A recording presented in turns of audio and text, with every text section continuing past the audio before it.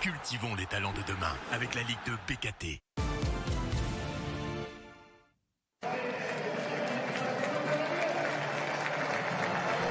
Il est temps d'ouvrir le compteur pour Boulogne-sur-Mer, seule équipe de Ligue 2 sans le moindre point au coup d'envoi de cette 5e journée.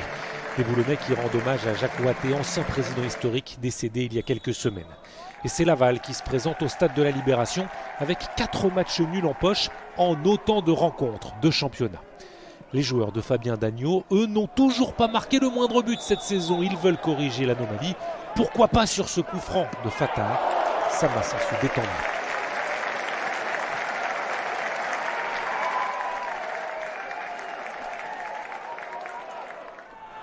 Des Boulonnais qui n'ont pas fait fructifier leur première occasion et qui doivent défendre face à Sam Sana qui insiste côté gauche. Premier centre repoussé par la défense. Le ballon revient. Sana le donne à Clavreul qui derrière marque.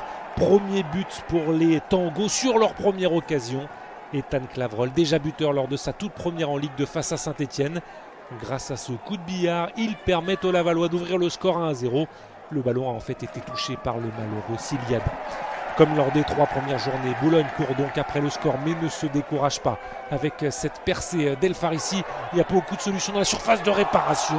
Le centre est pour Binet, ça termine sur la transversale de Samassa. Tout était bien fait, mais la réussite fuit encore les nordistes. Juste avant la mi-temps, une dernière possibilité peut-être pour Laval avec Maggiotti. Oh la passe cachée, elle est belle pour Chokunte qui a plusieurs possibilités. Le centre pour Clavreul qui marque à nouveau. Quel début de saison pour le jeune Ethan Clavreul. 3e but de la saison, premier doublé en Ligue 2 pour le jeune joueur titulaire pour la première fois dans le championnat. Et grâce à son adresse, Laval mène 2-0 à la mi-temps. Difficile pour Boulogne de se relever de ce scénario et attention à ne pas craquer face à des Lavallois en forme. Encore de l'espace côté gauche pour Eros Madi. Entrée en jeu, le néerlandais prêté par Auxerre. Le centre est parfait pour Maggiotti. La frappe termine sur Azamat Ourieff qui permet à son équipe d'espérer encore un petit peu dans cette rencontre. Pourtant, Maggiotti avait beaucoup de temps pour marquer le but du 3-0. Et quasiment dans la foulée, Boulogne va peut-être en profiter pour réduire l'écart avec ce ballon pour Duflo côté droit, s'appliquer pour le centre, il est bon, la tête de Capuano, elle passe à côté.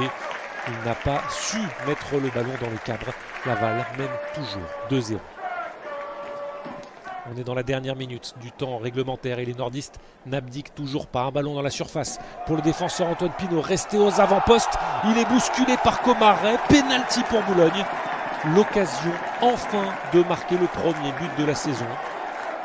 C'est Pinault qui se présente lui-même face à Samassa pour tenter de le transformer alors qu'on entre dans le temps additionnel. Ça termine au fond, 2-1. Boulogne marque enfin. Maigre consolation car la défaite est quand même là. Victoire lavalloise, 2-1. Boulogne reste dernier sans le moindre point en championnat alors que les hommes d'Olivier Frappoli signent leur premier succès de la saison.